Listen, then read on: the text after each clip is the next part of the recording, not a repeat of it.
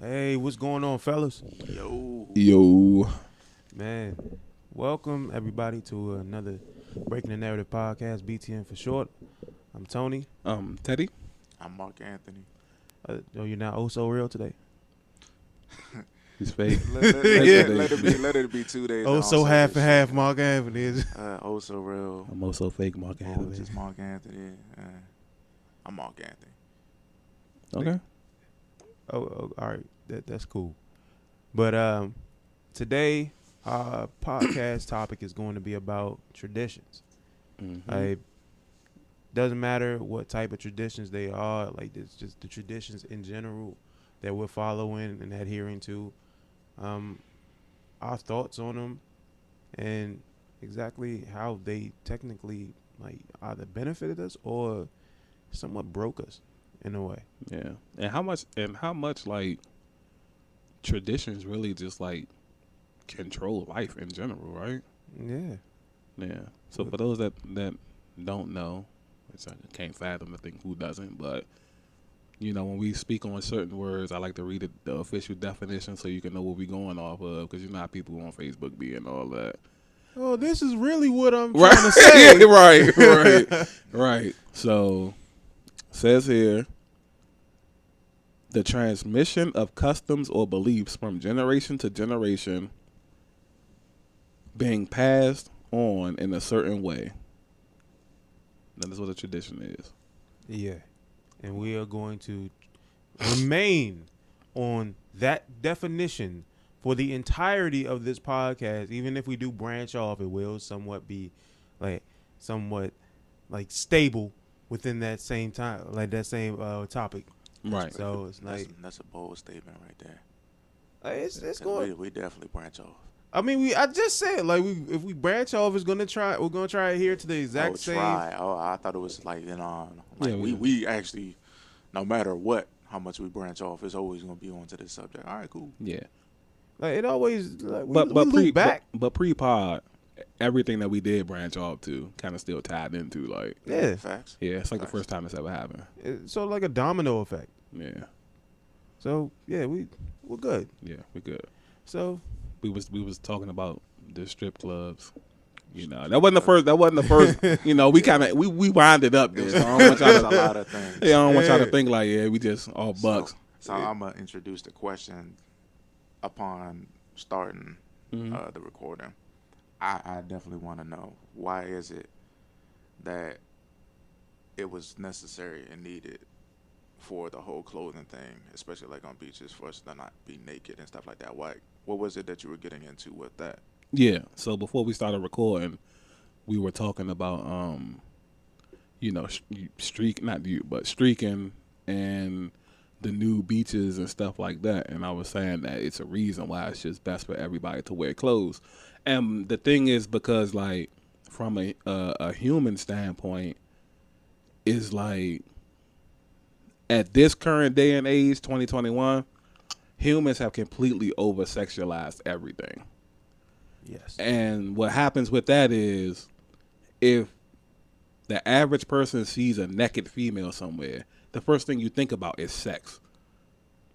Now, I get what you were saying. What you're saying isn't wrong. But what we got to do is we got to go based on like how times are now. Right, but don't you think? Because this is what I'm thinking right now, is because they now have that perversion simply because they're not used to seeing that, because it's no longer a norm. It's not a norm. So they're just like, I don't see this often or whatever, or is however often in the real world, opposed to whatever it is I do behind closed doors. Or it can be an Yeah. addiction. Yeah, so exactly. But like, if it was just like a totally normal thing from the get-go, do you think that that same perversion still would have existed? yeah, because people are fucked up in general. Like you're just looking at it in just a sense of people just being people. Once we get past the idea of like seeing that as a sexual thing, no, like people are always going to look at it that way because that's what we were taught. It's going to take generations to break that. A lot of generations. Yeah. I think I don't know. I just think it's like a bit of a dopamine effect of like kind of getting something that you know you can't really have all the time. type of thing. It's like sex is a candy type of thing. Like we know that you always have to work for it, but like just like you have to work to see somebody naked because you're being intimate with them, so you have to work your way up to it, or however it is that you get it, it's a cost for it. So, but if everybody was all naked all the time, it's just like, all right, well, it's a common thing. So it's like now there's really no adrenaline effect to that. So it's not giving me no dopamine. No, that's right in a sense, but that's not the only way. Because the celebrities that get it a lot, and they still out here molesting and raping other girls. Like if it's in you, it's in you, regardless. Like what you're saying is not wrong, but I'm just saying it's other ways and other things that factor into it too. Like everybody doesn't have the same thought process. Like there are monsters out here. Yeah, a lot of people are just being taught this. Right. And like we've experienced this. Like me and we both talked about a situation where we've experienced this personally. Right. And it's not something that can just be fixed in certain people. Some people are just them. Sex that's just what they are. Yeah. And they're going to teach that to their children and the children after that and the children after that. That's a generational tradition for them. Because there are actual families that encourage incest and pedophilia. And that I know females that will tell you, like, straight up, they were put on this earth to have sex. Mm-hmm. And that's females. You can imagine what goes on through a dude's mind. And dudes don't communicate as well. Nope. And So- dudes are the masters of like. Is it that they're saying they put on this earth to have sex? Why? Because they're good at it? I don't know. Oh, It's multiple reasons. Yeah. Like you could be good at it, even if you're not good. I don't know. Sexual like I said, trauma is a bitch and a half. Just seeing somebody naked and then also put into action of physically doing something with them sexually is like two separate things for me. Like, okay, yeah, I see you naked. All right, cool. But it's different because it's but there's also now of the ritual and initiation of having sex is different. I mean, of course, again, there has to be something in an agreement working his way up to that. no, it's a program. Because the average person, if you take the average guy, normally when the average guy sees a girl naked, he's about to have sex with her. So when you go through that process so many times, when you see a girl naked, you're automatically going to think like, I want to have sex with her. I'm not saying that's the only way, but I'm just saying that's one of the ways. You know what I mean? Like it's multiple bad avenues. Is why I feel like it's just best to wear clothes. Because even with clothes, girls are still getting taken advantage. Dudes too, for that matter. You know what I'm saying? Well, how things go now, yeah, most definitely. I agree. Right. And we're not even going to talk about the children in general. But if it was a norm altogether, like since the day You saying since since the human inception, yeah, but because things have changed drastically anyway, it's still no guarantee that niggas still just wouldn't be out here wilding. Yeah. Just with no clothes on. There's certain levels of perversions that are almost there's no fixing them because it's ingrained. You will have to like to break those kind of generational curses. The family will literally have to cease to exist. Yep. Okay. But I don't think you have to be naked in order for you to want to have the perverted thoughts. Right. Yeah, exactly. So you being naked is only going to make that worse. Whether you're naked or you have it on, have clothes on, you're still going to have those thoughts, and you're going to still carry out those thoughts regardless. So I wouldn't even put it on somebody being naked. What with the nakedness, it comes like. You think it was just more enticing? Right. You're enticed, period. But it's more. It's more driving you. If you're going to do that, whether the person has clothes on or not, you're already at a high level of being enticed. That's just you fucked up as a person. If you're straddling on the fence, if I'm hurting for money, right, and I'm thinking to myself, damn, you know what, I should go rob a bank, and I'm on my way to pull some money out the bank or something like that, and I go into the bank and they got the vault open. Yeah, my idea was to maybe rob a bank, but me seeing the actual vault open, you know what that does? That's on you, bro. That's already right. That's what I'm saying. That's what I'm saying. Engraved in your mind. Yeah, that's what I just said. So you can't blame it. You can't blame it like, oh well, I blame the bank for having the vote sitting open. No, it's just enticing. It pushes you further. You're gonna take that as a sign. That's you doing that to yourself mentally. Which is what I'm saying about people. That's what I'm saying about people. It's just like you saying somebody. Me already been. Next enticing factor is already in you. You already made that decision. And me saying that that you made that decision. No, you know. Me seeing the girl naked only furthers that evaluation. That's all I'm saying. Like that's all I'm saying. Like that's. Yeah, that sounds like a cop out to me. Like, oh man, well you know what? She probably did want it because she was naked. No, we're not saying that. Like that's not what I'm now saying. you putting nothing. words in our Yeah, mouths. I didn't say nothing like that. Yeah, like yeah. Now you starting to sound like No, Karens. but no, I'm not saying like that's what y'all officially are saying, but like you literally you're going to put your reasoning on because of that last thing. No, I said that's one of the. I said that's one of the reasons. I didn't say that's like the end all be all. I'm like it's a million different reasons. I'm just saying that's effectively one of them. Yeah, you have to look in a broader spectrum of perspectives. Like you're just looking at what you know and that's it. I get it. It's a factor, but. Right. At the same time, that's not going to be a leading factor. It's just like you already know. It is because that's why before seeing a that lot of females. Factor, I believe you've already had the other factors that became before you seen that one was already enough. That's going to initiate it. Most females that get kidnapped be the ones that be dressed half naked. Yeah, either that or children. Right, because they're enticed.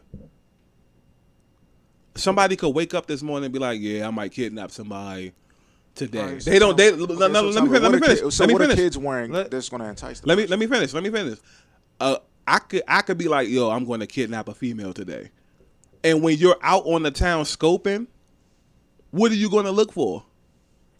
Anything easy. Yeah, and girls that's just half naked, they tend to be what? They tend to seem a lot easier than the rest. Right. Because like if you look at, they call it predator for a reason. Like they look at excuse, bro. No, they call it predator for a reason is because you're looking at someone as prey. Like they go for the weaker targets, the ones who are easily manipulated, the ones who are easily taken advantage of. Those are children and women who look more promiscuous than the rest. So because you look more promiscuous makes you more easily to manipulate. No, it doesn't make you that way. It gives off the impression of that. There's a reason why the lion chases down an ostrich before they go chase down an elephant. Like there's a reason why. Or they'll chase down a child, like one of the babies, one of the weaker foes. Right. Like something that's easy to take down. It's already a given fact that it's not it's going to be an easier target. No, they think that. They are generally weaker. No, they think that. Until now, you're going to realize that things are going to be more difficult if you do go after that easily or skimpy dressed woman and find out that they're not easily to manipulate. That's more of a fight. Sometimes some people actually do enjoy the chase and the difficulty. And some will be like, well, damn, like that's not what I expected. You're not my type. So I'm going to go for the next No, we're not talking about that. We're talking about people that's going to pull up and snatch you. We're not. These people don't give a damn what kind of whether they accepting the game that you running or something like that. No, these people are gonna get all these people in the club drugging people, putting stuff in the drinks. I'm throw this out there as well. So somebody who's fully clothed, a business type woman, so they're not capable of being kidnapped either. Yeah, they are. They are. But if it's a predator in the room and there's a girl that's half naked and there's a girl that's fully clothed, odds are the girl that's half naked is going to get snatched. Yeah, because you're warranting the wrong type of attention. Because like not just saying that just because you're dressed that way you're going to warrant the attention, but you're giving off the impression that you're down for something. Like if you don't wait, let me finish. Now, when you're dealing with people who are heavy into promiscuity, like the men or women doesn't matter. Predators who are heavily into promiscuity and they seek that, if you're going to give off a vibe that promotes it, they're going to give you that attention, whether it be for good reasons or bad ones. More than likely it'd be bad. So a woman in a business suit, like depending on how well she fills it out, like that's also a thing. Right. Like anything that gives off like sexual frustration in the opposite person, you're going to garner that attention from everybody that's following that same path. Good and bad. Yeah. It's not just the fact where you just look easy. It's just that you're giving off that attention of a gazelle and a lion out in the fucking Serengeti, whatever the hell they at. They're not going to, like, a lioness is not going to attack the full grown one. They're going to attack the one that seems as though it's the easier target. Right. At least, I was at least not at first. Yeah. Yeah. It all Not honestly just seems like it's just the matter of product of, you know, mental selection and preference at this point. Because, you know, it's kind of like how we was talking before about, you know, if you walk into a strip club, there's a certain type of girl that you would want to get a dance from. Right. So you're surrounded by you're in a building full of naked women, but Okay. you are now setting yourself aside, waiting for that one particular one. Okay. It's just like you have that preference. You already have that mindset. So it's already set in stone, irregardless of whether you dress promiscuous or not. There's going to be a certain selection that you have mentally that's already fucked up with you, that is going to drive you to do that. It's not going to be based off of just what you see. When you're it's already in you. When your you're mission is already set. Yeah, no, when you're in a strip club, you're on the mission like you're saying, but you're in a place where you can further push the mission. So it doesn't just stop at half-naked girls. Like if we're out at dinner or something, you're not going to be able to push the mission at dinner. So if I see a girl that's half-dressed, that's probably where it's going to stop. You know what I'm saying? Before somebody decides to snatch her up. In a strip club, like you said, everybody's dressed a certain way. So now I can sit back and be like, you know what? Let's see who all in here. Let's see who giving off the vibes, like you said. Let's see who giving off certain vibes. Let's see who seem a little easy, who seem extra promiscuous, who extra touchy-feely in here. They sit back and scope. These are cold, collected. I'm about to say killers, but probably these are cold, collected. Like they really putting this together. They really carrying this out as a plan. Like how you wake up every day and you put your life together as a plan. I'm going to hop in the shower. I'm going to eat breakfast. I'm going to get ready for work. I'm going to go to work. I'm going to knock work out. After work, we going out for drinks. They're doing that just in a completely sadistic way. Yeah, they're really meticulous with what they do. Right. Well, that's the word I was looking for earlier. so I just couldn't. With that being said, it also brings me back to what I had said earlier during the podcast. That literally, typically, I think what's really just bringing the drive is the lack of, you know, what's not typically normal. Like, okay, you see somebody dressing skimpy, that's not typically normal because It is nowadays. you be chastised so much for wearing the shortest skirt or whatever, or showing too much. Right. But I guess that depends on the person or what it is that they lacking in their life or what's normal to them. Because, like you said, how celebrities are doing certain things, right? They can get it all the time, but then the next thing you know, they're trying to molest a child or whatever. They're gonna go for what's not normal to them, what they lack in their life. But they're still doing the other thing too, though. Yeah. Like look at R. Kelly. R. Kelly's still sleeping with a bunch of women. Yeah. But then he likes young people. Yeah, he likes young people because Like it's Bill not a normal thing. It's not easy. It's not an easier accessible. It's like the drive of like, damn, it's not normal. And it's like we always want to go for what we can't get. Yeah. It's implanted us for us to want that. It's just like it's the hunter mentality that we have. Right. So when it comes to somebody who's wearing the skimpy dresses, typically that's not easily accessible to us because it's not a normal. We try to banish that as much as possible, or we try to dilute that as much as possible because we got so much to say about it. Now, for those who are around that and affiliated with that so much, it's a norm. It's like, oh, I don't want that. I want somebody who's fully clothed, who's difficult and not easy to catch. Those who are to themselves and quiet. And I've seen people do that. There's even movies about it and shit like that. Like they go for somebody who's like away, not with the crowd or whatever, and quiet, wearing full bodysuits and shit like that. And they're the ones who's trying to catch them and tear their asses up. Well, yeah, I'm not saying like we're not saying you're wrong. We're just saying that's not the only way. Like nobody's wrong. It is multiple thought processes when it comes to carrying out a crazy mission like that. Yeah. Like and that's what brought me to my point. It's just like being naked now is not back then it was supposed to be a normal thing. But if It's a normal thing now. we had normalized it. It was like, yeah, behind closed doors, it's normal to be naked, and you know, if you're in the privacy of your own home, or You walk around naked. whatever. Yeah. But if you walk about naked, which was supposed to be what's set in stone for the beginning of the time, you know, if you walk around naked, that's bad. Like, oh, they crazy. They must be on some shit like that because it's not normal because we made it normal. Or, I don't even know if that's a word, but you know what I'm trying to say. But it is normal, and it's normal because it's like mostly females do it, and they're not doing it just to be doing it. They're doing it for sexual reasons. It's starting to become more often, you know.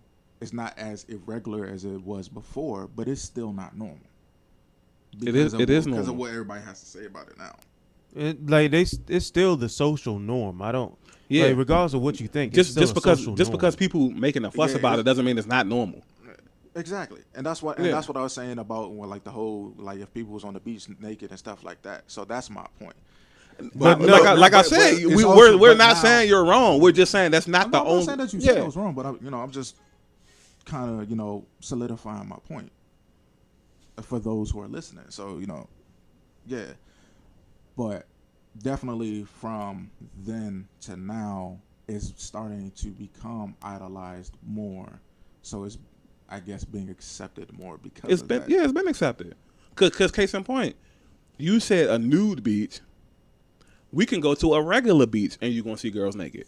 Yeah, if they're comfortable enough to do so, yeah. Right. Until somebody keep going, or until somebody what? Well, snap somebody up like that, bro. Out of hand, I guess. You know what I mean? If that's the fact, there's no I guess about it. Look at the numbers. It could be a factor, but it's a big factor. Most of the time, somebody's getting in trouble having to put clothes back on or whatever because somebody complained about it because of insecurities or some shit. It's not about that. It's not about insecurity. Because it's just like, I'm not used to seeing that, and this is just like, oh my gosh, I can't believe this. No, more chances is somebody complaining. No, there's an official law and a definition with the law of why they do that. You're trying to make up your own thing to fit your narrative. You really think that the law was made more solely because of kidnappings compared to people actually feeling uncomfortable with the sight of being naked? Is that what's the biggest? All these missing people out here? Yeah. Now, yes, I mean, if like one fourth of humanity is missing, and that is a very plausible reason to actually have that law made. Right. Great. And you want to exacerbate that? And in a perfect world, sure. But I really doubt that law would solidify so heavily because of that alone. I literally think it's really solidified more because people complain so fucking much because they was like, it's driving me nuts. It is irregular, abnormal. Why are they naked? Because of insecurities, or for whatever reason they're complaining about that naked person. That's not how it works. That's just not how it works. It's literally causing a disturbance. Like, regardless of how it's making noise. Bro, that goes on in everyday life with everybody, exactly. and they're not making laws about it. Yeah, just like they're not, they're not. Just like we listen to music, if it's loud enough or whatever, it's making noise. Somebody has a problem with it, and they complain enough, it's gonna. No, keep it to the body, right? I can call and complain every day that Mark is in incredible shape and got abs, outside shirtless, and I'm not. You think they're going to make a law about it? No. Exactly. There's a reason. The law has the reason under it. The law is made is because, you're out here naked. Right. And so now you made that complaint. Because it's enticing to predators. Yeah. The same way they tell you at the beach, like, yo, y'all might want to stay out the water. It's sharks in the water. That's not a factor. I just believe that the latter is actually more of the reason. That's just my opinion. But that's the thing. You can't use an opinion when we can prove with facts. Yeah. Like, at this point, the law still exists. Right. Regardless of how you feel about it. You can prove how many people... You can actually get somebody on the phone and just this law was made just because or solely because it's just for predators out there. No. What you do is you read the law and the definition that comes with the law. You can look at how many people have gone missing and you could be like, well, you know what? That adds up. And that's it. I've never heard nobody, you might get a couple people complaining at the beach. They might be insecure. It's not going to be nowhere near enough people to actually do something about it. Yeah. Everybody in the world is insecure about something. You think they can't make? It's not enough laws they can make up that keep everybody happy. It don't work like that. Yeah, cause shit, it's females getting snatched up right now who's just random women walking down the street just because they're alone. Right. It doesn't matter if you're sexually active with your provocative attire or not. It just exists. How you feel about the way somebody looks at a beach? They don't care. That's you need to go to therapy if that's a problem. Yeah, they should. People getting kidnapped, murdered, and all of that. That's what they're looking at. Rules and shit are made. Rules are like the stepping stones to laws. Like dog, like the rule is you can't be here because it's it's discomforting other people, such and such and such. Like if I was to go onto a resort and just like walk around naked. Look, man, you gotta put your clothes on. People are complaining because that's the first thing that comes out of people's mouths typically that are trying to enforce that's the resort though, or whatever. Okay, and so there is a rule that's leading up to it, and then if it becomes an issue even further, and you're still not gonna follow that rule, what do you think is gonna happen next? They're gonna try to get the people who's gonna enforce the law next. A resort is different from a beach. Yeah, because there are children there, and in the same sense, let me ask you this question, Mike.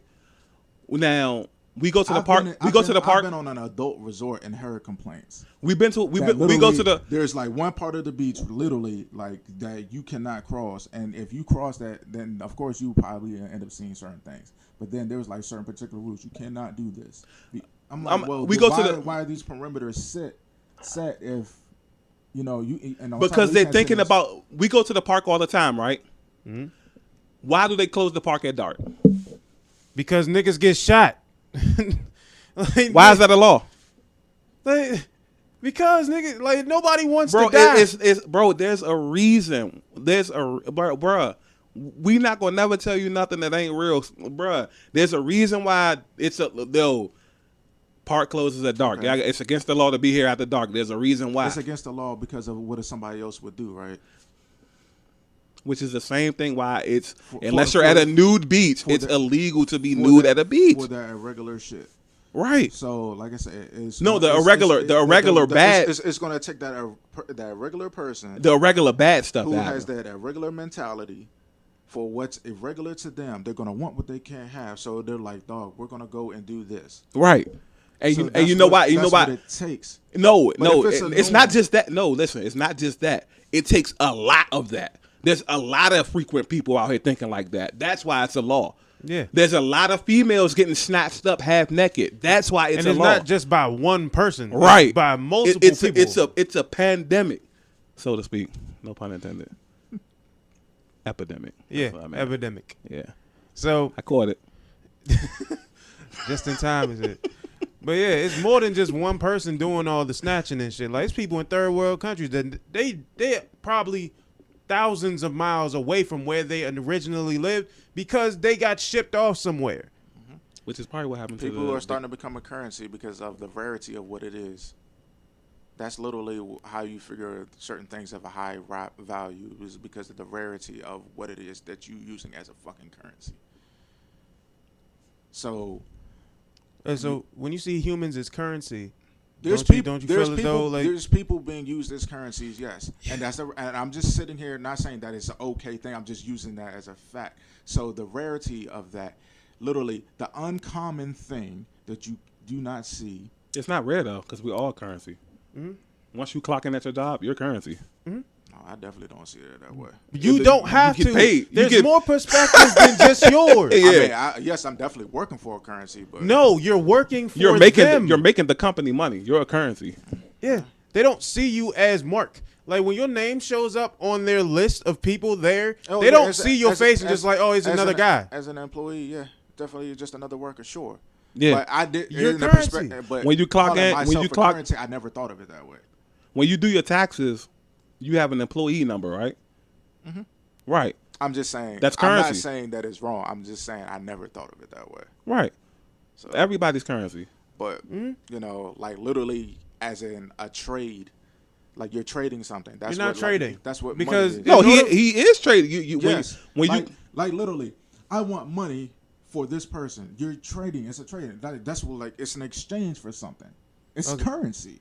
So, which is what we're telling you. Yeah, and your currency. You are currency. It's not a fair exchange. No, it's definitely not. Like, Now back then, well, no, I'm not. I don't even want to bring up slavery, or at least I'll probably have to. But in other countries, they're just like, yeah, I'm going to give you this woman or man or whatever, this person for this, this, and this. So that happens. But also, just like there were slaves that were being traded. Right. So, you know. Their currency. Yeah. In like the Middle East, they actually they'll sell off their daughters now, into. Now I forgot my point because I was definitely going somewhere with this, but I totally fucking forgot this shit. See, because that's even worse. The slaves is even worse. They're super currency. Yeah, At least we get the pleasure of making some change back. But it's just like it's kind of like a rarity of things. Just like, all right, well, what are you going to give me in exchange for this diamond? You know, because I guess diamonds are not too rare, but not everybody can have one. Right. So it's just like that. Okay. It's just like it's kind of the thrill of the chase, like, you know, trying to get something that you can't always have. Yeah. So, but it doesn't always have to be that. It could just be, this is what I was taught, and this is what I'm gonna do. Mm-hmm. There's multiple ways. And what do you think occurred to that person that taught that person? It was probably something that was just like impressed over them, maybe because it was a lack thereof of normality. It's just like, you know, I want to go get this because it's not all the time I can get this. Or you just tried something and you liked it and fell into an addiction. Simple. And introductions to certain things is not best for everybody. And what do you think that triggers the dopamine effect of that addiction? The thrill, right? Or it just feels good. What do you think typically does that? It doesn't have to be a thrill. But that's just people in general. Like, it doesn't matter. Like, regardless of how you feel about it, like, that's just people. Like, because the way you trying to explain it is like, well, these people, like, there's something wrong with them. Like, to them, that's normal. Like, you talking about normalcy. To them, that is normal. That's what they're supposed to do. They were taught that, or they learned that, and they feel that's how the world works. It happens. Everybody goes through it in certain ways, some more severe than others. But with them, it got to a point where it's so severe that they can never come back from it. And they're probably going to ingrain that same nature into somebody else, and then that's going to pass down because traumas trickle down. Like, it doesn't matter. It's like it's like having a waterfall, and yet you put a bucket underneath of it. The water's still going to fall, even though you have that small bucket, like, stopping that one portion of water from hitting wherever the hell it was supposed to. It's still going to come down. You would need more than a bucket. Exactly. You have to build a dam. Like, that's how the laws work. The law is just that small bucket. It only protects a certain amount of people. The rest of them are still getting snatched up. It's put in place to try to protect people. Yeah. But if people going to be out there going against the law anyway, then I'm not saying the females that's getting snatched up doing it. I'm not saying that. But that also plays into it too. Mm-hmm. Like, I feel like as much as like we rag on the government, which we've been doing forever, you know what I'm saying? Yeah. They do have like a basic concept of certain stuff and why stuff is put into place and why it isn't. Now, when it comes to politics and all that stuff, you know, we could throw that out the window. But a lot of the laws are decent laws. Mm-hmm. I mean, they could change a couple of Jones. Like, I feel like everybody should be able to carry guns and stuff like that. I mean, that's only for certain states. Yeah. But when it comes to stuff like the kids being kidnapped and stuff like that, I feel like it's a lot of good laws in the place. Yeah, there are some good laws, but laws are just like literally out there to control the matter of choice, bro. Like, so you want more people to choose that? No, I'm not saying that at all. I'm just literally saying it's controlling the matter of choice. Not all laws are like that, though. Like, for example, look, you sitting there saying like, well, you don't want to bring out prostitution, right? Now that's actually enticing more because you're now soliciting for sex. And it's supposed that somebody don't want to stop, then now you got a problem because now, like, the moment you want to stop and they don't, now that's a huge issue. And law has to come into play for that. But, like, when we're talking about the lesser clothes that you wear, is now enticing more next to, like, the lesser clothes that you wear is, like, kind of like next to being naked. So it's a problem to be naked. Then, of course, it's somewhat of a problem when you're wearing minuscule amount of clothes because you're going to get snatched up. What about the people who are getting snatched up even wearing a full amount of clothes? We already said that. talked. We said that. When that law takes place, yeah, of course it's covering for those who's wearing a minuscule amount, but like we literally mentioned law, that. You're saying the law is there just to stop ending the enticement of certain shit. Whoever makes the choice to be enticed by whatever it is they're enticed for, it's going to happen regardless. No. The thing is, the percentages drop though for a fully clothed person versus like half naked. Like there's no way in the world, like we even though we've already said it, we can say it again. Like if a person's setting out to do something, they're gonna go for the easier target. Yeah, like they have documented evidence. Like it's plenty of people, well, plenty of dudes, plenty of women. Didn't matter who they were. It's plenty of people that killed prostitutes, but the cops didn't do shit about it because they felt they were like lesser human beings. They were the easier targets, right? Because without a pimp to protect them, even if they had one, who technically the pimp was actually being manipulated first and foremost, because honestly they dragged them into it, right? But we'll get to that, maybe. But regardless of that, they're easy prey for somebody else because nobody cares about them, right? Sex workers in general, nobody really cares about them because they frown upon them. So it doesn't matter what they look like, really. It's just about being easier targets. Like if you're wearing certain types of clothes, you're being like pegged as a promiscuous person, male or female. Doesn't matter. You're being pegged as promiscuous, and that's going to easily invite that type of behavior from somebody else. I get it. But if it just takes that, hey, well, look, the real reason why it's against the law to being naked is because it's enticing people and all that. And so we got to build this law just to take down that like enticement. we know. Then it should be against the law to own strip clubs because what's happening in the strip clubs, you're being naked. I don't go to strip clubs. So it don't matter to me. No, the thing is, you can't, when it comes to that kind of stuff, that's why it's illegal to be naked everywhere else. If you want to do that, go there. You know what I'm saying? Like it's a reason. Okay. And they got specific so like naked. They have new communities. It's the same thing with the taking advantage of in the strip club. It's the same thing about the beaches. Like that's why it's illegal to be nude on a regular beach. Yo, we got nude beaches for y'all. Like I said, all it takes is for somebody to be naked. Then shit, bro. Like fucking, you go to a strip club, it could be the same result. It's gonna be. So why not shut down the fucking strip club and then make it illegal for strip clubs? Because sex sells.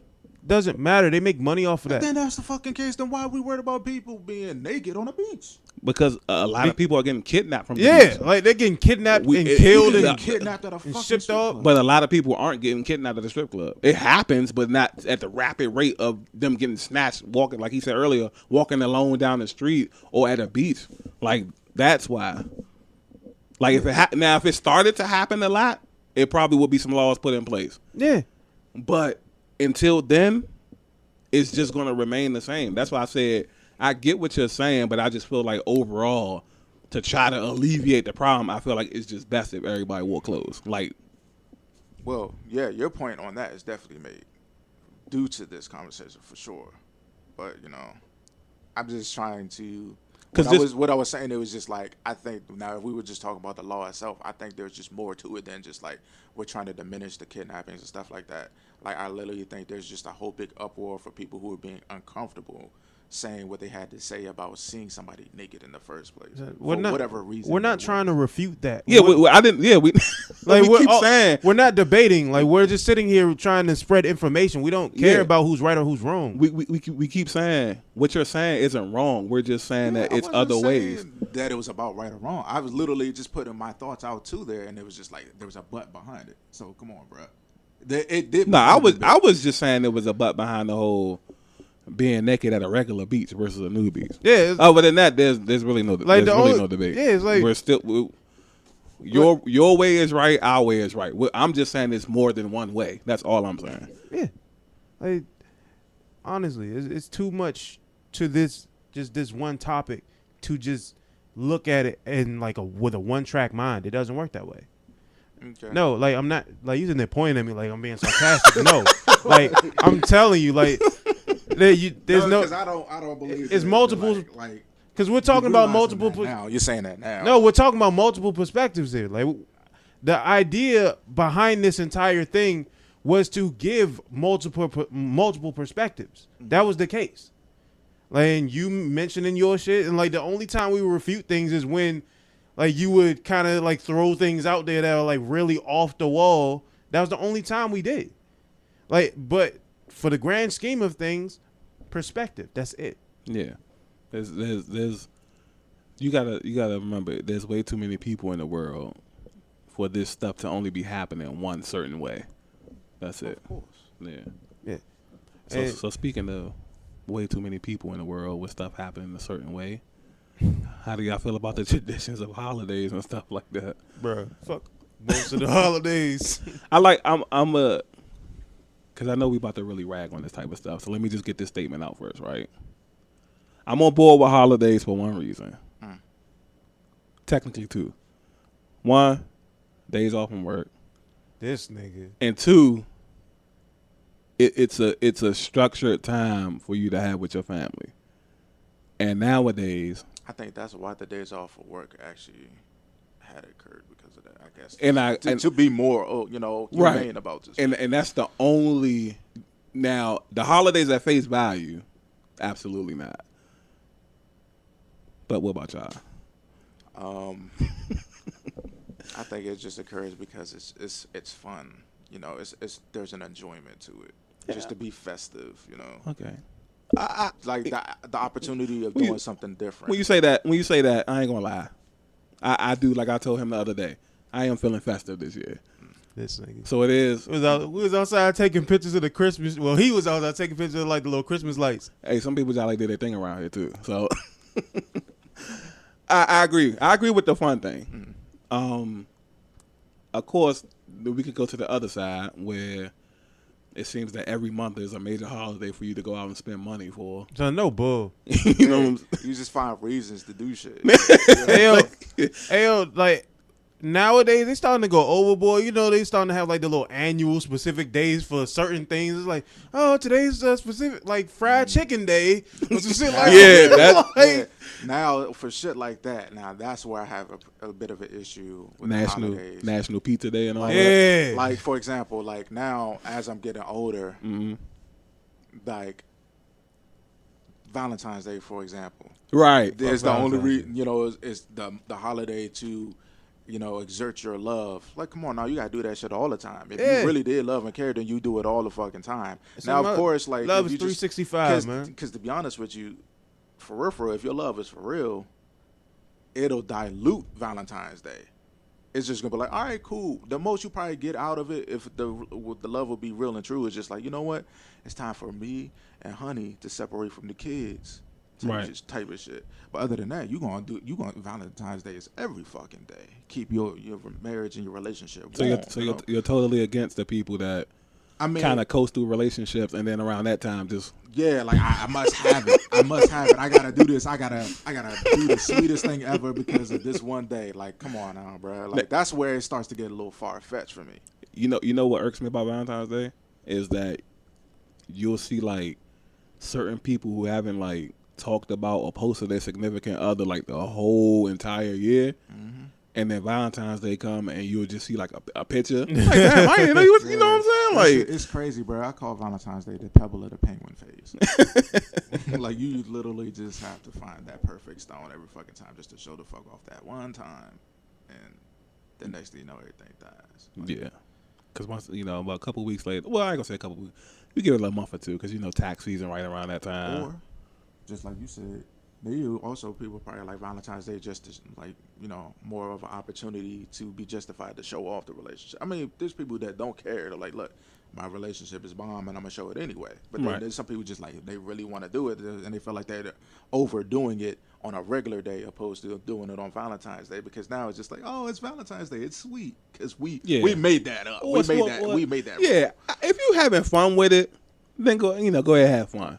But everybody is not having fun with it. like you said, some people are just really braggadocious. Yeah. You know what I'm saying? Oh, we got the presidential suite at the hotel, a million rose petals everywhere, got the candles lit, you know what I'm saying? I fucking waited a whole year for this shit. Yeah. Like, come on, bro. You could have been did this. I look at that shit. I'm like, man, y'all niggas could have done that shit like anywhere, any day of the year.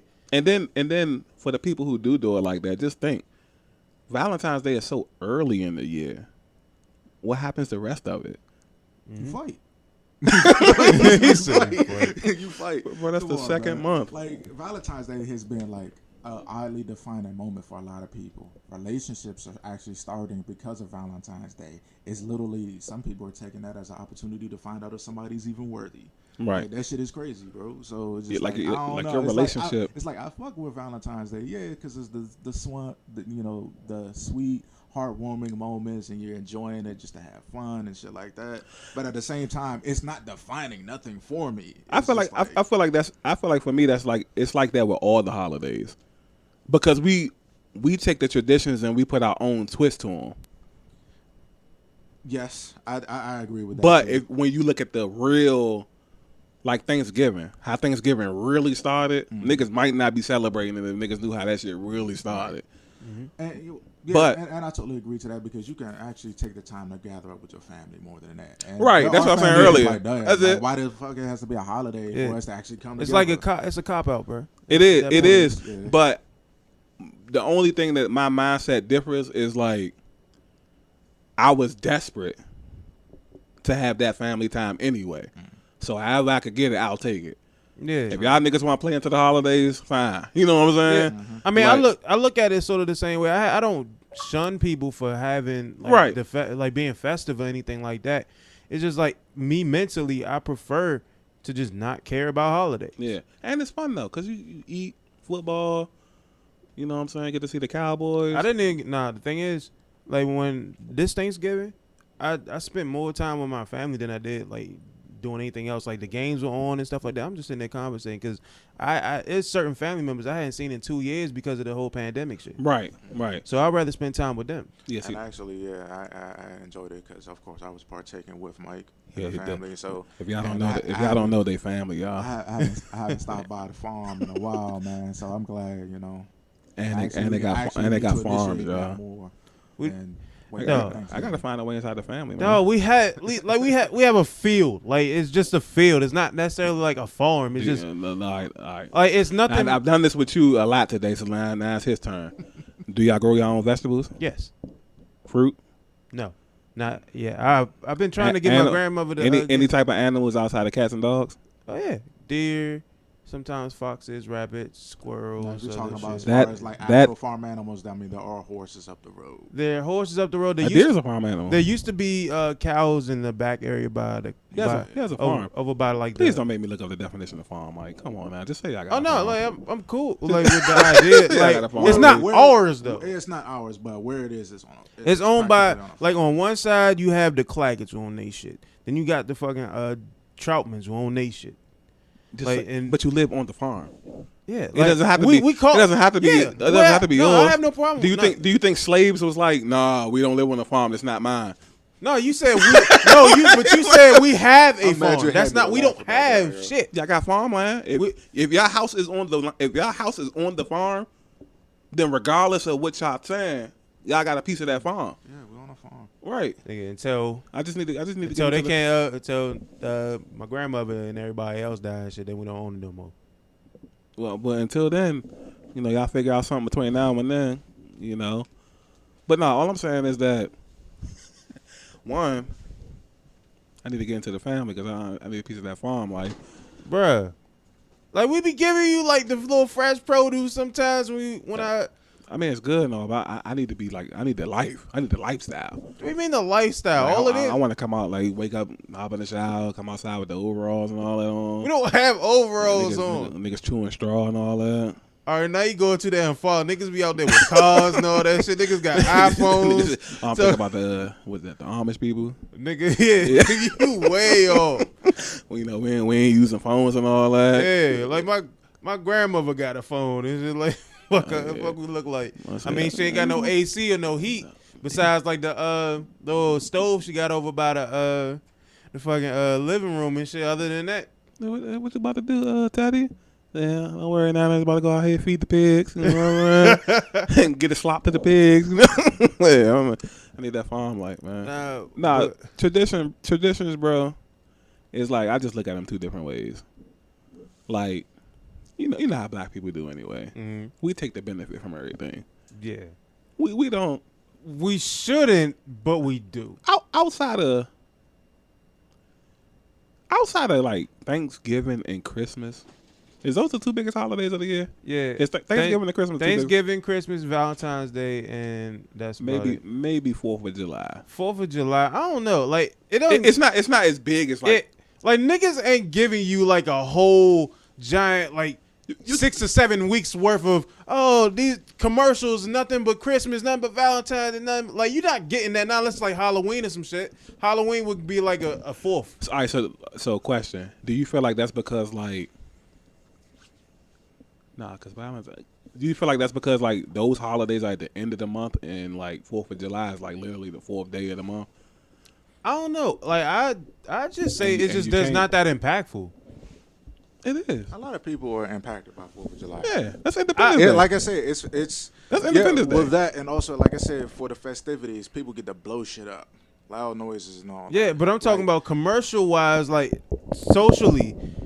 You look at Valentine's Day, you look at Halloween, you look at Christmas, you look at fucking Thanksgiving. They're getting you ready for it like 4 or 5 weeks in advance. I feel like 4th of July and Thanksgiving might be on par with each other. Mm-hmm. You can have Christmas. You can have Christmas. Well, Thanksgiving, I don't think it will be on par now. Halloween and 4th of July, I would say on That's par. why they're my fourths. I feel like, because look, Thanksgiving is weeks in advance. Nah, because then it's Black Friday. Yeah, is Black Friday coupled in with Thanksgiving? No, it's not. All right, well, if it's not, I think you got a lot more to prepare for when it comes to Thanksgiving. But how? It's just food. 4th of July is food too, technically. So as far as advertisement is concerned, I mean, like, that's what I'm saying. Food and fireworks. Well, 4th of July really usually. Now, what we were used to, of course, what we are used to is having meals and stuff like that when we celebrate 4th of July and a gathering. Literally, but typically, what 4th of July is just typically for is for the fireworks. And that's literally what a lot of people. And cookouts though. There's people that will literally gather up for the fireworks. I mean, just like when you go to Bowie, you're not getting no snacks or nothing when you're there at Bowie. Go downtown to the monument. Yeah, the official site of like 4th of July. When you go to certain spots, I just want to see the fireworks, and that's literally what a lot of people for. That's niggas been. Or it's a reason to light fireworks. That's just people being like, they might not have the means about. They're just having fun. What did we do on 4th of July? Damn, what the fuck did we do? Did we cook out? Nah, I mean we was already. We cooked out around the 4th of July, but it was for the 4th of July. Yeah, and we do that every year. And niggas like fireworks. Not this year though.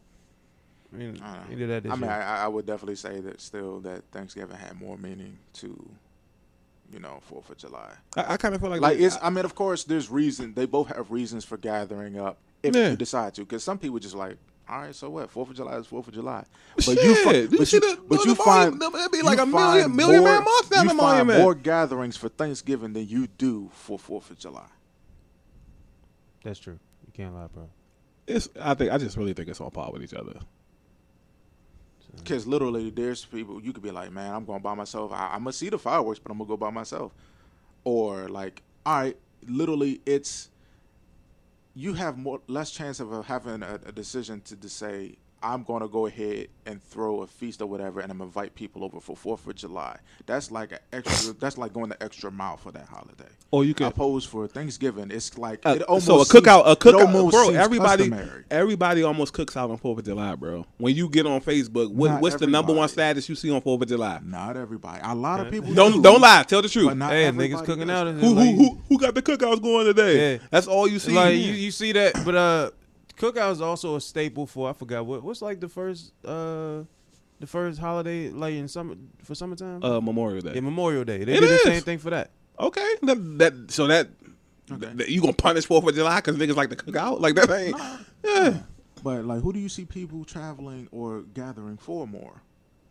It's 4th of July or so, Thanksgiving, bro. First and foremost, Bro, if I do live- niggas, if- niggas, unless- niggas be shooting fireworks 30 days straight. Now you Nigga. can't lie about Hell, this. I hate that shit. unless I already Yo, have- it be like 3 months after 4th of July. Niggas still like I see less of a purpose to go just because it's 4th of July for certain things. Like if I gotta fly to another state, unless I really spoke to my, like, for example, if I'm gonna go see my cousin, right? I'm not gonna fly all the way to see my cousin just because it's 4th of July. that's you. People Now, do it. Unless it's like, hey, yeah, I'm having a gathering and stuff, such and such, you know, some of the family coming through, everything like that, you know, it's kind of like a plus for it. Yeah. On top of me already having intentions of going to see my cousin anyway. But, Okay, yeah. But I see myself going solely more like, oh, it's Thanksgiving and this is where it's at. I actually find. So let me ask you a question. Do you like? So it's more important to them for Thanksgiving than it Do is you like fireworks on 4th of July? I do. Right. So that you're playing into the holiday. That counts. But at the same time, I'm not gonna have to travel for that. Sure, I could do that in my backyard. You don't have to travel for Thanksgiving. You don't have to go see your family. You choose to do that because you want to. Yeah, and you don't that's, want. And that's what I'm that's saying. the difference People is. idolize that more because it's No, that's you. You. The difference is he chose to stay home for 4th of July when he could have went to go see his I'm family speaking on what people do more for the tradition. for either For the tradition. for Thanksgiving. And You're 4th of playing into the July. podcast, right? You're playing into the podcast right now. Yeah. So I find people doing that more for Thanksgiving than they do for 4th of July. I'm just saying it's on par because just as many people participate with 4th of July as Thanksgiving. You don't have you just because you're not linking up with your family doesn't mean you're not you lighting fireworks that counts as 4th of July celebration. Of course, yeah. You cooking out that counts as a 4th of July celebration. You don't the holidays are different, so you can't be like just because you're not going to. People go see family on Thanksgiving. You don't have to do that on 4th of July. That's not what that. That's like saying, all right, Valentine's Day not on par with it because niggas don't go see their family on Valentine's Day. That's not what it's for. It's for love. It's for something. St. Patrick's Day. It's not what it's for. Christmas. That's not what it's for. Everything is for something different. If you participate in said the meaning of that holiday, then you're participating in it.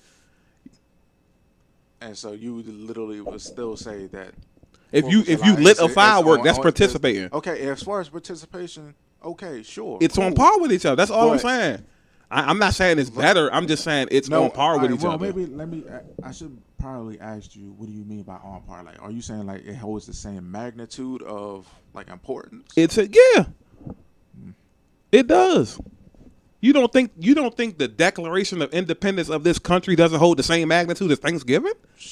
Yeah, I mean, it's definitely an important thing, but a lot of people don't even give a shit about that. For one, No, you can't say that though, because bro, you can turn. Now, what we said at the beginning of the podcast, well, not the beginning. Once we got past the strippers and all of that, I feel like if you was to take a survey now, people we're talking about participation. Yeah, like as far as white people, we all gonna participate for. That's all I'm regardless. saying. That's all I'm saying. That's all I was saying. It's on par. That's all I was saying. We all gonna participate regardless. That's all I was saying. That's it. That's all I was saying. Okay. Out of all the holidays, I was like Christmas, Thanksgiving. He said Valentine's Day. I wasn't gonna refute that, and I said 4th of July.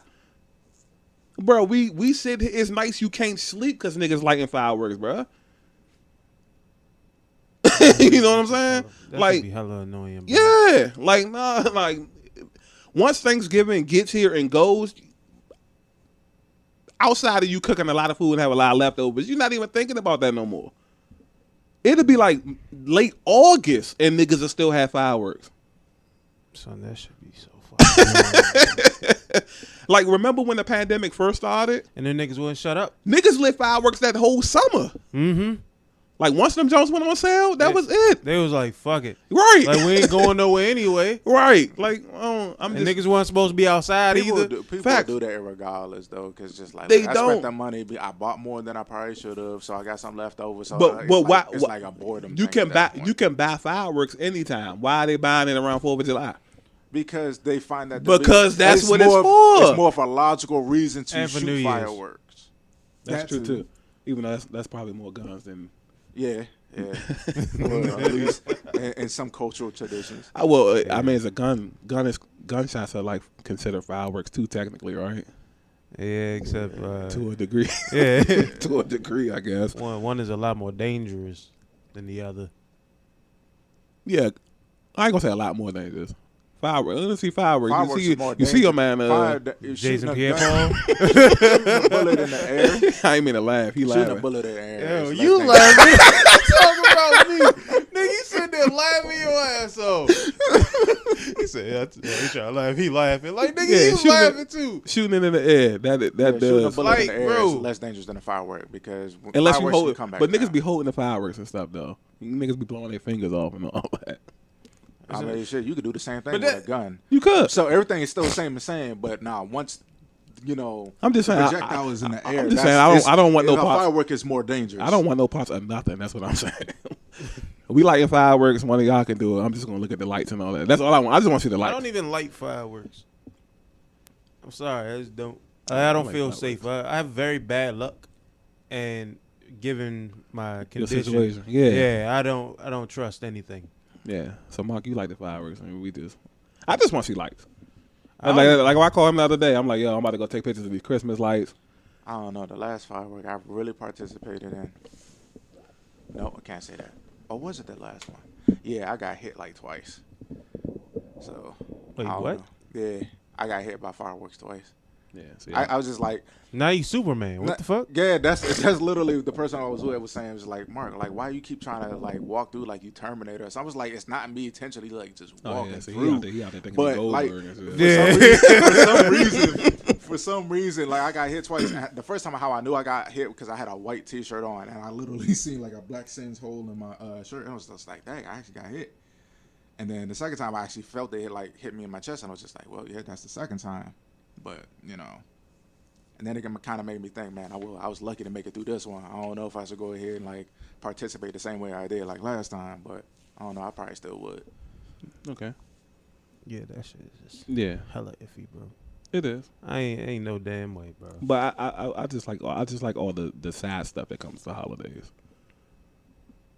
They need for me, it's just the gathering. Like I like really gathering, and with hopes of seeing certain particular people, like Thanksgiving or whatever the event is. Like I would like hope to see Mike and shit like that. So it's particularly the gatherings. I almost didn't even go, bro. How do you feel about birthdays? Oh hell no, I don't even. Nigga, I don't even celebrate my own. It depends on the person, I guess. I'm talking about you, like you specifically. Me, like before we get into the masses. Birthdays is big for me because it literally took a minute.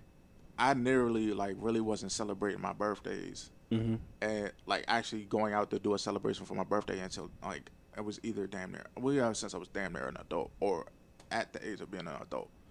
So, it mattered to me because it was not much that happened, and when I finally started getting used to doing things for myself for that birthday or whatever, like there was always some troublesome events that happened to a point where it made me think I had bad luck for my birthday. I used to hate it when my birthday landed on a Friday because my birthday is on the 13th.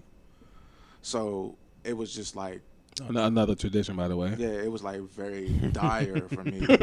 But then like it actually gave me something to fight for. Like this is a fight for the celebration of my life because my backstory, I wasn't so keen to my life so much to a point I tried several times to take it. So now it's just like as I'm getting older and I'm realizing, well, one, not too many people make it to this age that I'm at now. Now that I'm 30 and such, and of course the traditions of the dirty 30, or you're turning 21, or you're turning 50 or 60. Those are the traditional milestones.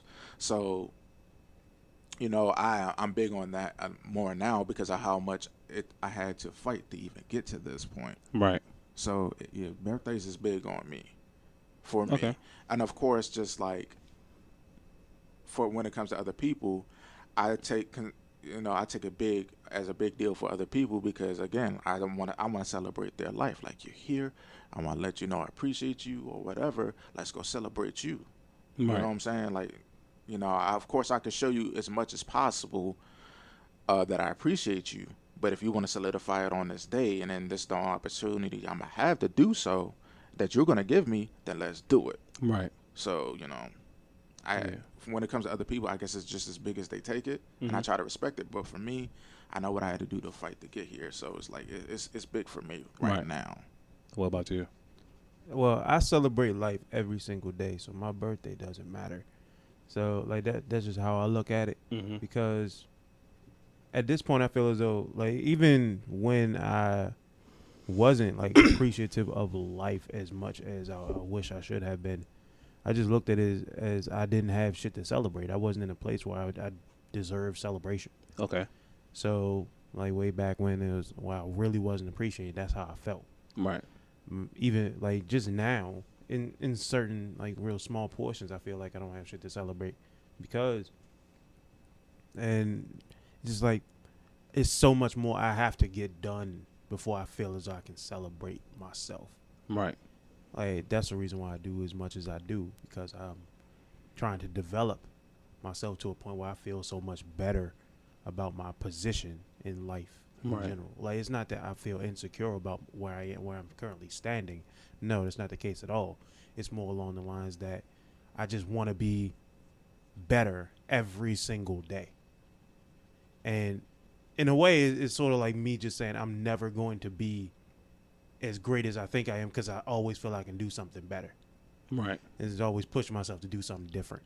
In terms of my perspective, that sounds like a celebration right there. I'm getting older. I'm gonna do better each year. I go up. That's what I said. Celebrate every day. Yeah. So yeah, that definitely is the thing. Now, what I don't understand though is, and I'm not saying that it's not appreciated, but the product of gifting for birthdays. I don't know how that happened. Like, how did that actually happen? I don't care about that. Probably was just, if I could make up an innocent backstory, which we don't, dealing with mankind and history, probably nothing was innocent. Yeah. But as a token of appreciation, I can see why like gifts came into play. At least for birthdays. Christmas is a different story. Birthdays, I understand, like you said, it's a milestone that you make it to this, or another, what the woke people be saying, solar return around the sun or something like that. And solar return. Yes, I can understand that. Me, my birthday, all throughout my life, my birthday was a big deal, then not a big deal, then a big deal, and then now I just kind of like to celebrate it a little bit. Nothing too extravagant. You know what I'm saying? Like, when I was younger, we was Jehovah's Witnesses. So I didn't get to celebrate a lot. But when we moved to Maryland, I kind of felt like my mom kind of felt bad that I wasn't able to, like, participate with, like, all the kids and, all the little regular stuff kids do. Mm-hmm. So she kind of, like, lifted a lot of those boundaries for me. And then I was able to, like, celebrate and stuff. And it was cool because I was like 9 or something and never experienced like a birthday party. I wasn't allowed to go to them, couldn't have them. You know what I'm saying? Mm-hmm. Couldn't do Thanksgiving or Christmas, waking up the presents and all of that. So all of this was like cool. You know what I mean? And then I want to say probably when I got out of high school, once I hit 18, like you said earlier with the ages, oh, your 18th birthday, I'm thinking like that, and this shit about to be a parade or something, you know what I'm saying? How niggas be slicing it, and then it's just like, well, outside my family, they go all out. Ain't nobody else really doing nothing, so it's just regular.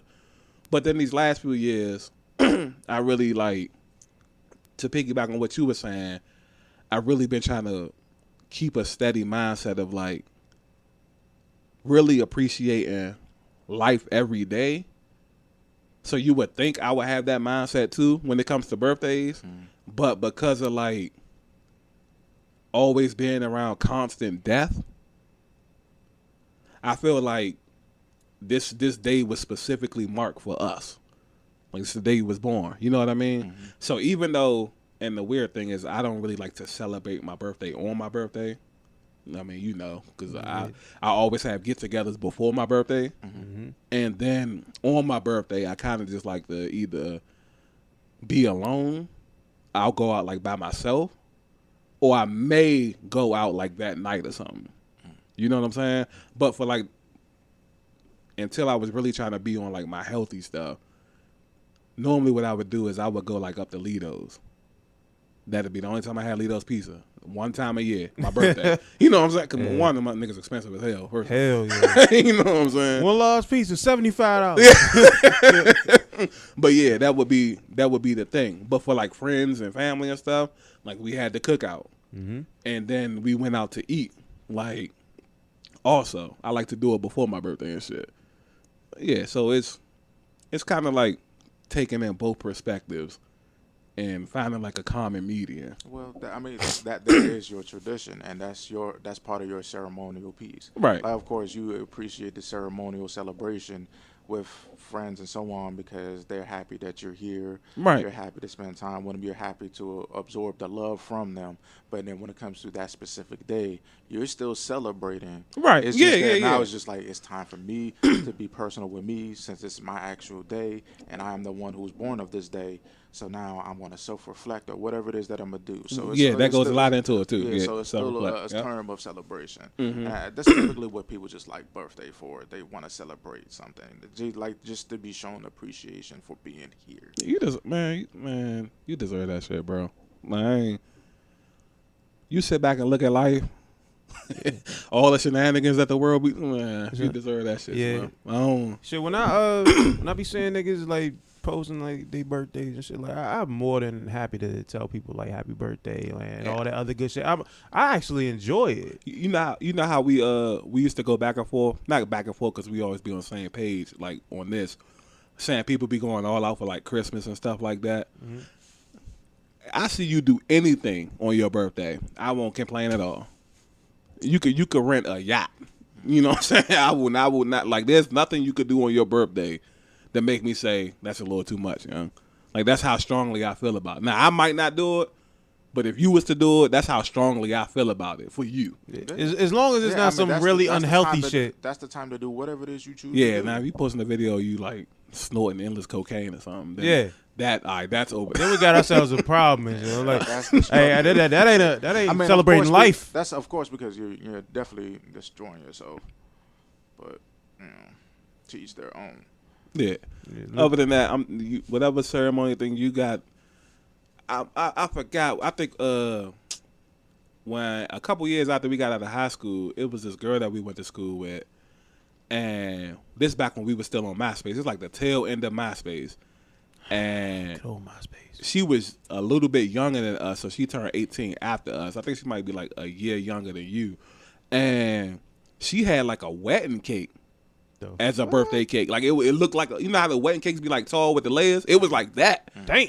But it was a birthday cake. And I'm just looking like, damn, I should have did that for my, you know what I'm saying? Like, she is turning 18, so she had 18 candles on each layer of cake and shit. Oh no, that's too much for me. But I'm looking. I look at I'm looking at it like, damn, some niggas out this don't celebrate. That's all right. You know what I'm saying? So, but there are those ones that I cannot get behind, like the ones who feel as though you have to do shit for them because it's their birthday. Yeah, those nah. Because that's just the product of showing off now. Like, I'm glad you brought that up. So I got a question for both of y'all. This was a debate on Twitter, right? Okay. So, you know how on people birthdays, and I've done this myself, and I cashed out too. So you know what side I'm about to take. People be posting like their cash apps and stuff like that, saying if you really mess with me, bless me for my birthday. The debate on Twitter was like a lot of people were saying people that do that come off as begging. Yep. Versus like, y'all think that's begging? Yep. If I just post my cash app like, yo, it's my birthday, like I cashed first out. And foremost, you're basically now shooting down for whatever else that was going to be gifted to you in the first place. Like, all right, so for people online though, like say I'm not saying if you send it to us, then yeah, that might be true. But I'm talking about like you just hop on Facebook, put it in your story. Nope. Still don't like it. Because the thing is, it's a tradition. Me personally, it just sounds like solicitation for that though. So, you know, I mean, whatever you call it. For me, this is why I did it. I seen somebody else cash out, so I tried it, and I cashed out. I didn't do it this year, but the year that the pandemic 2020, I got $100 for my birthday, Slim, from people I didn't even talk to like that. And all I did was post my Cash App in the story, like, yo, it's my birthday. Bless the kid. I wasn't begging. I wasn't nothing. And got $100. That's $100 that I didn't have in a pandemic when niggas ain't working, can't find jobs. Like, well, and I get it now. Now that you said that, because now thinking about begging, it's just like you literally are going to people. Hey, yo, man, you know, can you do this, and this? You literally just put it out. That's there. begging. And now that's begging. You just put it out there. It's just like, all right, if you do, you do. You don't, you don't. Yeah. Your specific situation isn't falling into that category. Because I've seen people, somebody else do it, and I'm like, damn, they made like 300. You know. Other people who do it do fall into that category because of how often it happens. What you mean? So, certain people, they be like, yeah, it's my birthday, so here's my Cash App if you want to send me something and all that shit. But others will say that. They'll say that. But then you'll get the ones like, oh yeah, here's my Cash App. All right, go. Yeah, send me something real quick. And like now, you sound like you begging. Or if you love me, send me something. Yeah, now you sound like you begging. The ultimatum. You sound like you begging at that point. Yeah. Now I ain't gonna back niggas into a corner. I'm like, yeah, y'all niggas fuck with me. Send me something. You know, I'm like, I ain't gonna. If niggas fuck with you, they gonna do. Because it's shit like that annoys me. Because that's a tradition that's recent. That's really really annoying. That needs to go away. Yeah. And it's other like. That's technically like the social media traditions, like the like those random ass little what was them type amen if you love God, scroll past if you go to hell and shit like that. It's so many people that believe in that, nigga. Like, yo, if Facebook is like the determining factor whether you get into heaven or not, do you know? The failures you have. Hey, the whole time, like I made a post like some months back. I was like, I'm pretty sure God does not care if you repost, share, and type amen, or like post it in the comment section. Like it doesn't matter. Just imagine you being up at the gates, and God tells you, you know, everything checked out. I was gonna let you in here. But you ain't share that. You ain't repost that status on Facebook, and that's gonna cost you.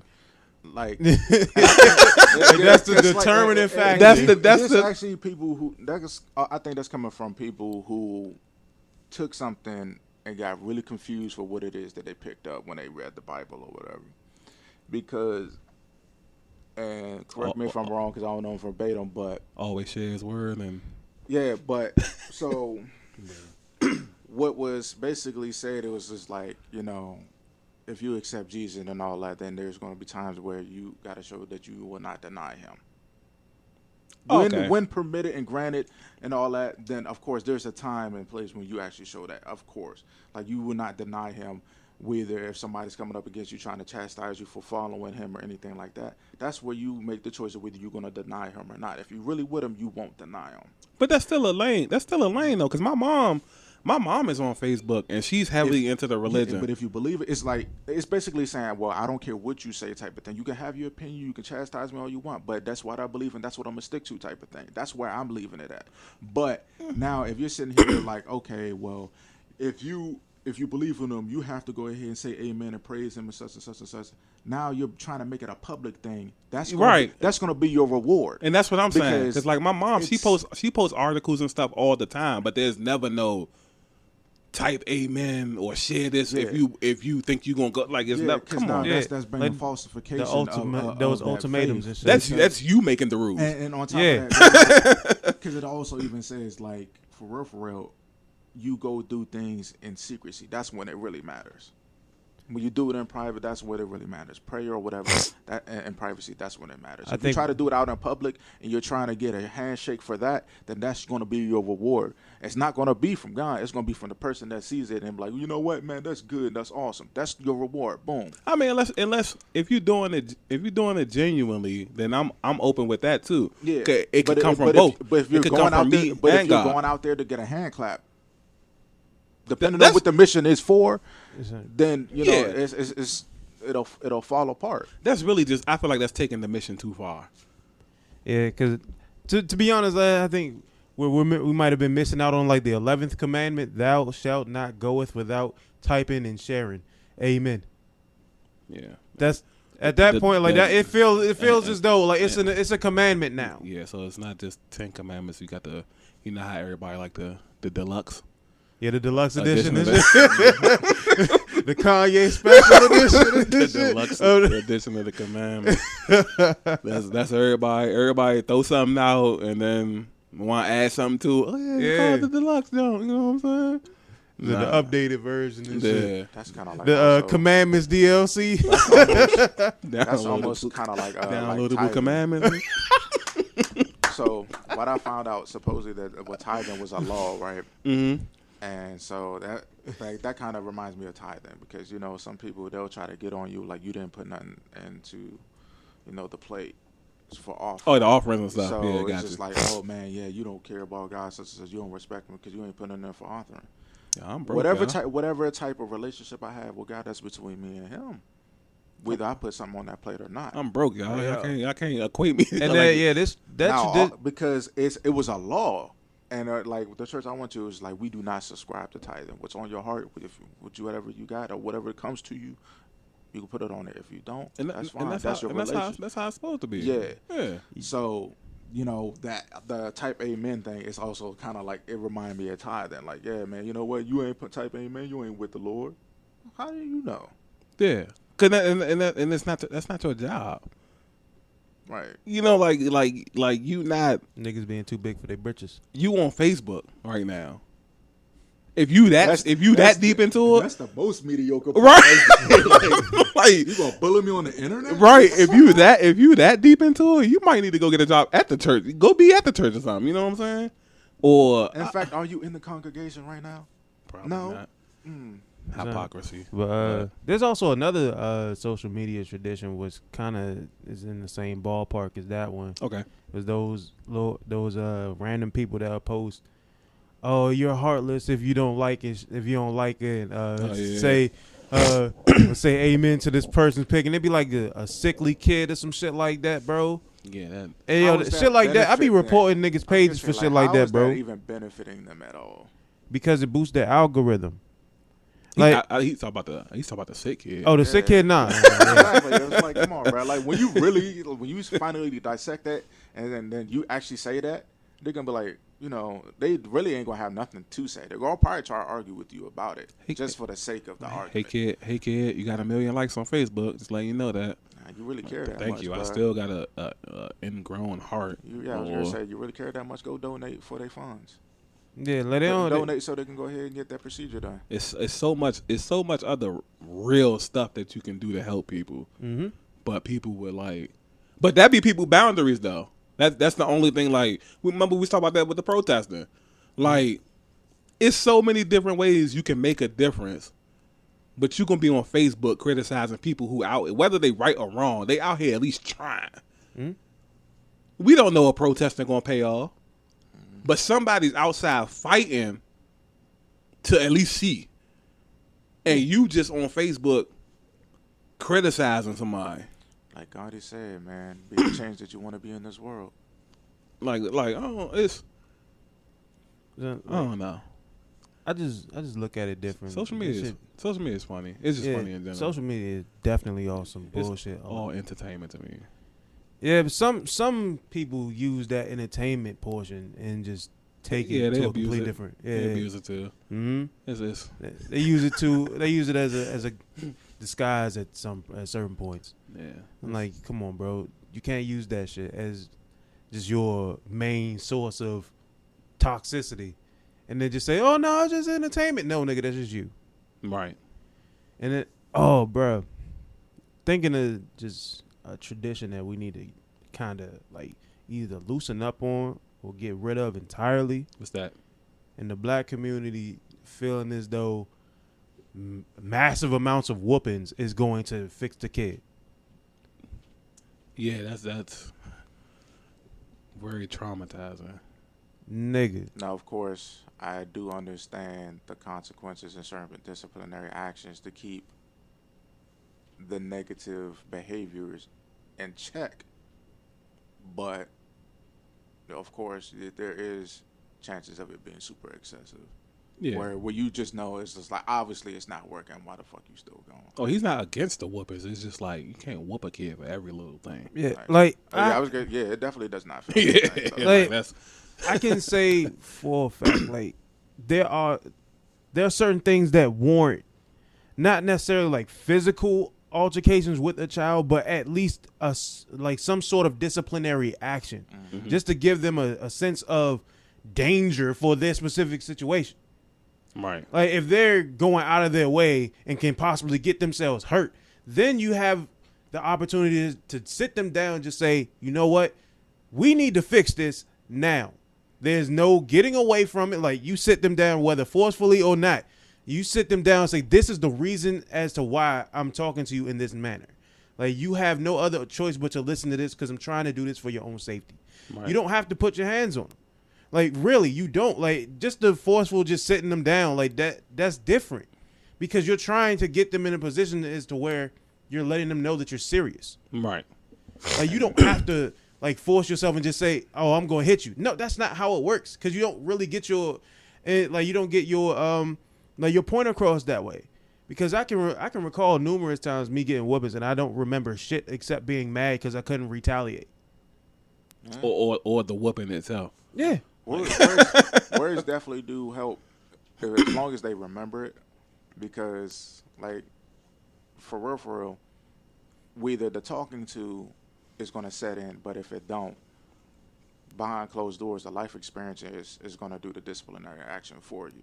And then what they're going to say next, if they do remember, it's like, damn, that's what mom and dad said, and I should have listened. Right. And then now it's going to be ignited into their mind that, well, now I'm going to want to listen to mom and dad next time for anything that they say because I ain't listened to them last time they fucked me up. So, you know, of course, there's definitely like the mental disciplinary actions as well by like sitting back and like, all right, well, look, hopefully that worked. But if it don't, I guess I'll hear about it later. Yeah. So, yeah. Because it's so many, like mentally, I mean, or physically.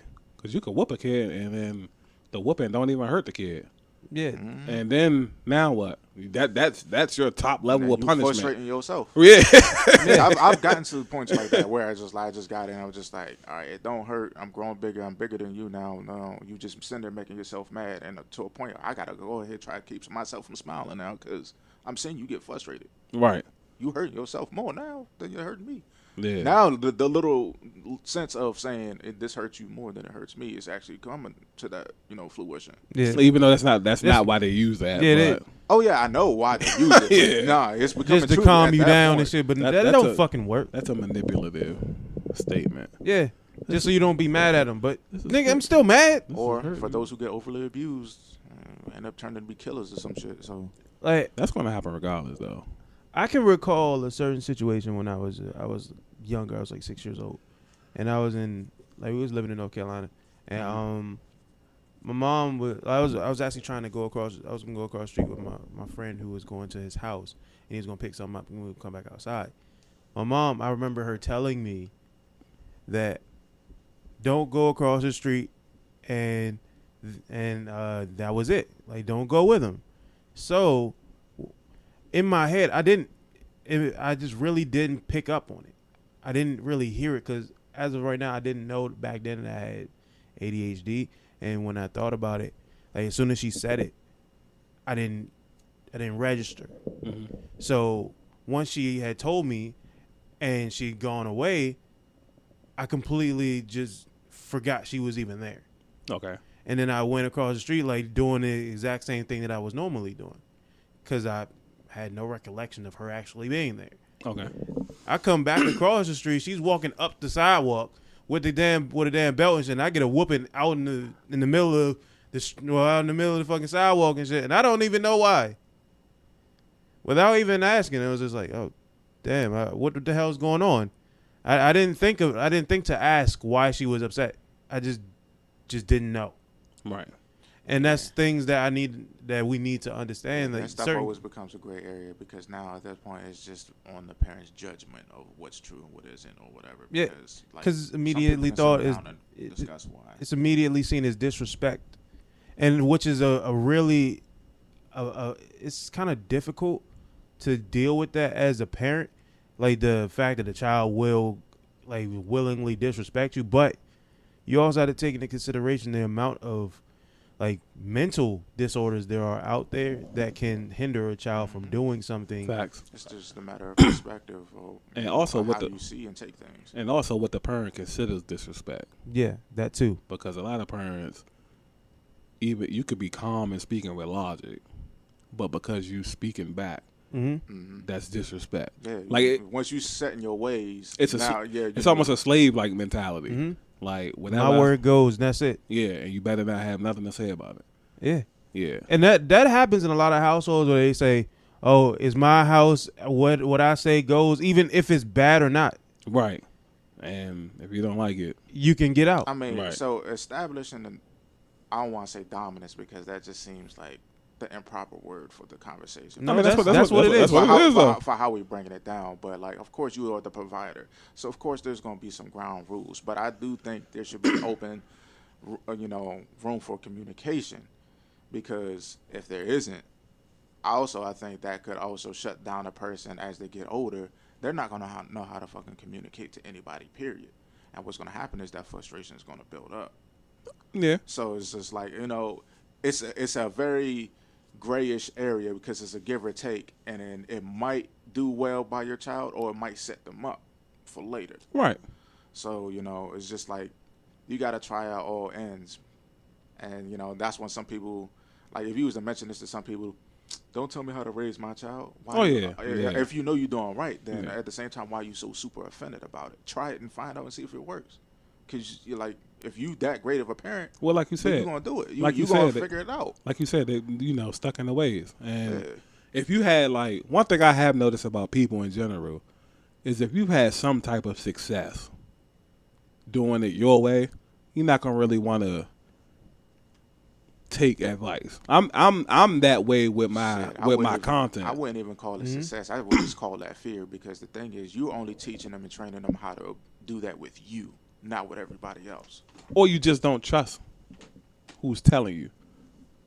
That too. Because remember, we had a conversation about that the other night. We was, like certain people giving me constructive criticism, and it's like, I felt like if you're not on par with me or have done as much as I've done, I feel like you're not allowed to give me constructive. Personally, when it comes to like content creating, I feel like I'm not gonna take advice from really nobody, because I have an idea of how I want stuff to be. You know what I mean? Like, I'm not gonna call you up and tell you how to write poems. you know what I mean? Like, I'm not gonna just. And I haven't written a poem in I don't know how long.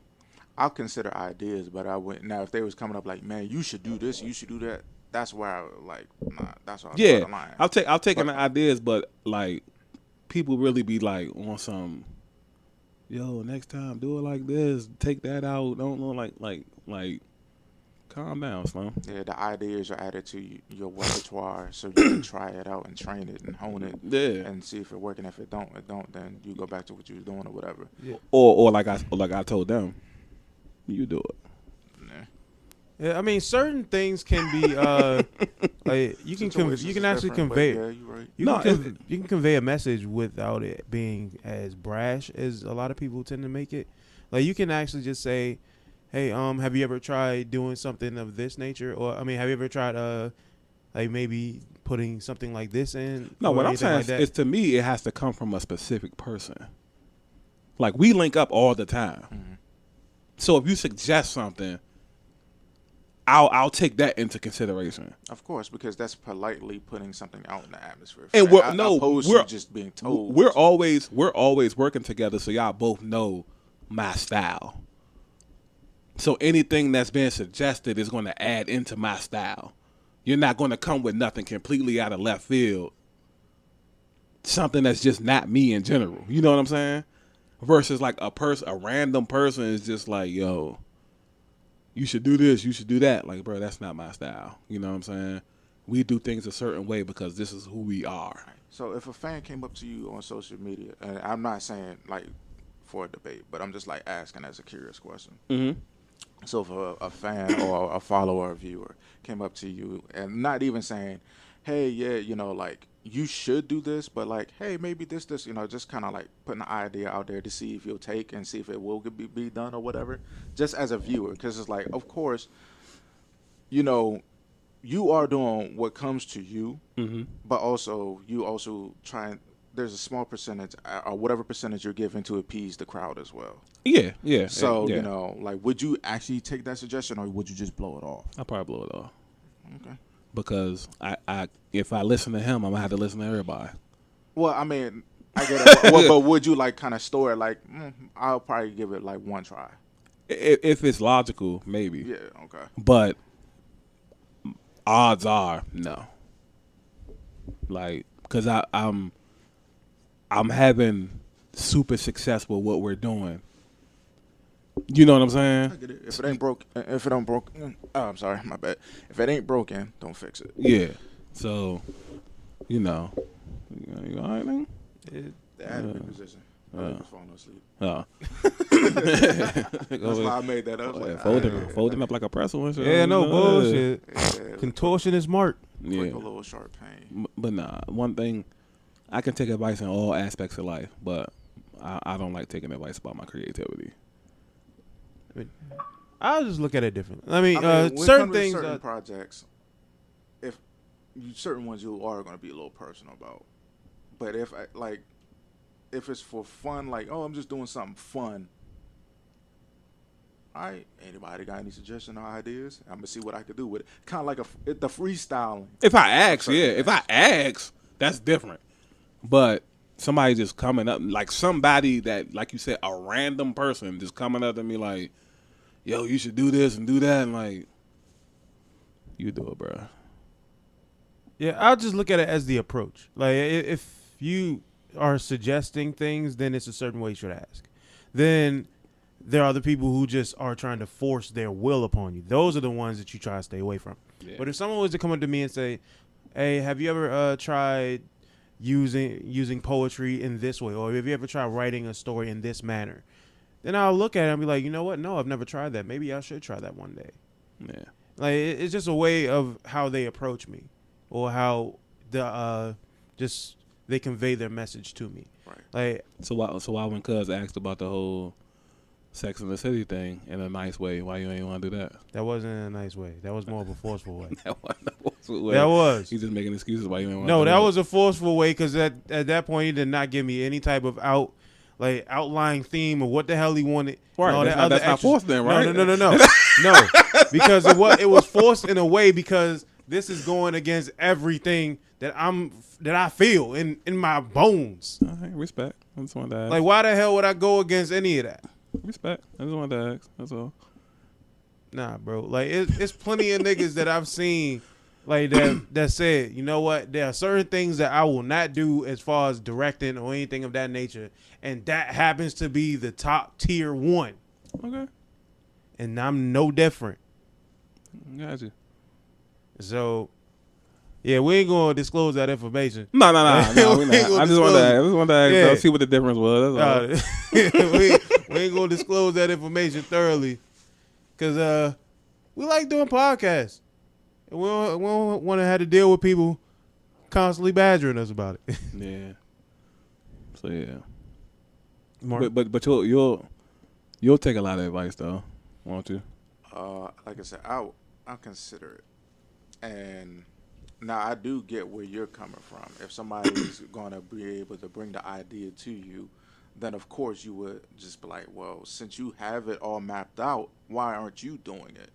Because now it's just like, I'm going based off your idea. Why weren't you the first one to, originate this idea that you bringing to me type of thing? Yeah, because the thing is, when it comes to working with random people don't know what you're like trying to do. Like I give you a perfect example. When I was doing like the journals, and Mike hit me up one day. He was like, yo, I wrote like 2 journals for you. Do you want them? Yeah. Because I work with Mike extensively. Mike knows who I am, how I work, and what I like to portray. So obviously, he wrote down some ideas that fits into my personality, which it is. Because if I do them and release them, nobody knows. Nobody's going to watch that video and be like, hey, man, write that. you listen to some of these ideas random people will give you, I do that. Niggas gonna be like, that's naive. Yeah. You know what I'm saying? That's all. I wanted to fit in like what would still be considered as me. So like I said, when it comes to like y'all, I'll accept that. And a couple of, obviously, Leonard Cortez and stuff like that. That's totally understandable. Yeah. I mean, just me personally, I probably would try not to, like, put that much limitation on myself for certain things. And that's, like, the type of conversations me and Michael have as well. Like, for you, you're just basically saying, like, look, man, right now it's a time and a place for the algorithm, and this is the algorithm that I'm on. So, yeah. So this is where I'm moving at right now. Right. With me, I'm getting more enthusiastic to come up with, to take new ideas or whatever, because I don't even know where my limit is or how well I fare off in certain places. Okay. Like when I was talking to Mike about the album that's coming up. Nigga, I ain't gonna mention this shit like that. I ain't even mention this shit. Nah, you confirm it too much, because I could have been talking about my album. Nigga. Yeah, I don't want to say nothing. Nah, fuck out of here, bro. Like, you don't know what you're doing yet. An album coming up, you talking to me about it, and I do shit like that. Niggas could put 2 and 2 together. We don't have a dumb audience. Too much confirmation. So, anyway, talking about certain things, like, he was just like, I was open to ideas of what to touch bases on, because, like, I'll write poems every now and then, too. But, of course, when I do something, I'll send it to him. I'm like, yeah, man, what you think? And he's like, all right, cool, I like it. But I'm also open to other knowledges that he have as far as, the forms of writing. And maybe I could try it and find. But, see, I won't know if I'm good at it unless I try it. But he's not gonna press that envelope, though. I mean, no. He might suggest something, yeah, but he's not gonna push it because of course, the envelope that's being pushed is up to me of whether I'm gonna take it or not.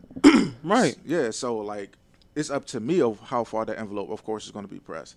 And that's what I'm saying is he already believes in your pure talent, so he feels no need to tinker with it. That's why he's not going to give you nothing.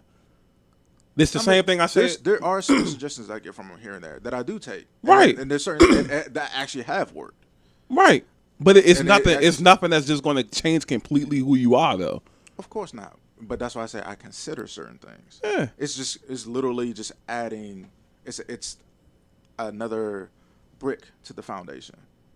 Oh, yeah. I'm not. It's never totally destroying my foundation that I'm already building. It's just an extra brick. Or an extra layer, you know what I'm saying? I'm not against that when it comes to other. I'm just with me.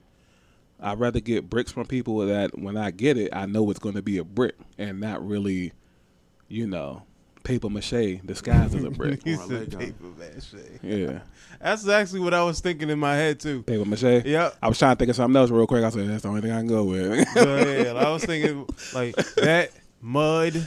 And this nigga sitting over here about to crush these brownies he got. I thought you was going to wait for the milk. Yeah, this nigga like, fuck the milk, bro. It's good as hell, wasn't it? I kept eyeballing these joints, so. What?